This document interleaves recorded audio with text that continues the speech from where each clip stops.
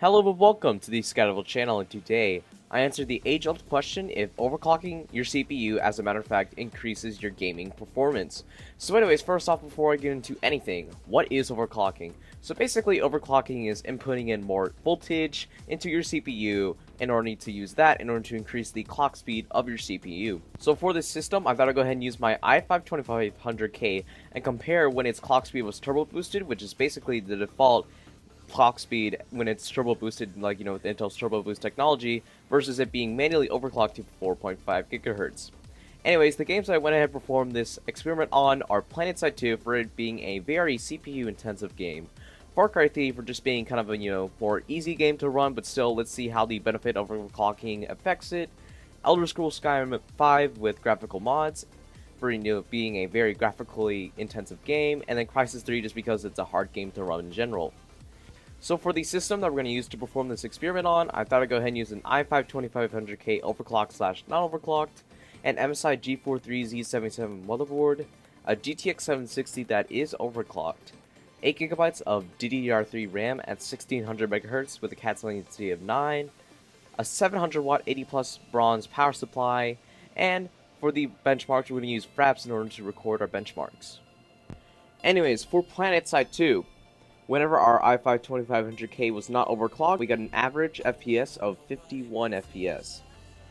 Anyways though, for overclocked at 4.5 GHz, we got a average FPS of 52 FPS.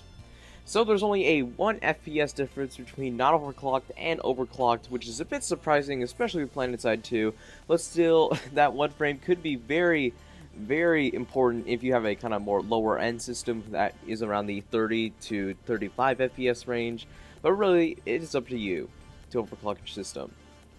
Anyways, for Far Cry 3, with our CPU not overclocked, we got an average FPS of 53 FPS, and with our CPU overclocked, we got an average FPS of 54. So still a 1 FPS difference between this game, and not to mention this is the least graphically intensive game out of all of our games that I've chosen. But anyways though, still, overclocking is your choice if you want that 1 extra FPS. Anyways, in Elder Scrolls 5 Skyrim with graphical mods, we got, with a non-overclocked CPU, we got an average FPS of 48 FPS.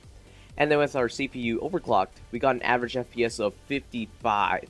So here we got a pretty big increase in FPS, just simply overclocking our CPU. But anyways though, for Crysis 3, with our CPU being at 3.7 GHz and not overclocked, we got an average FPS of 34.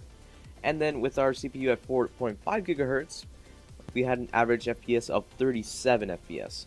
So basically that's a pretty good FPS increase just by overclocking, especially with Crysis 3 being a really graphically intensive game. Anyways, what we can probably conclude from this is that overclocking your CPU does, as a matter of fact, improve performance. But it varies a lot from different games. Some games will give you a 1 FPS increase, maybe even 0, but there are some games that will massively benefit from this FPS increase. Anyways, I hope you guys enjoyed this little experiment that I did, and like, favorite, subscribe to all that good stuff, and this is the Skyrim channel signing out.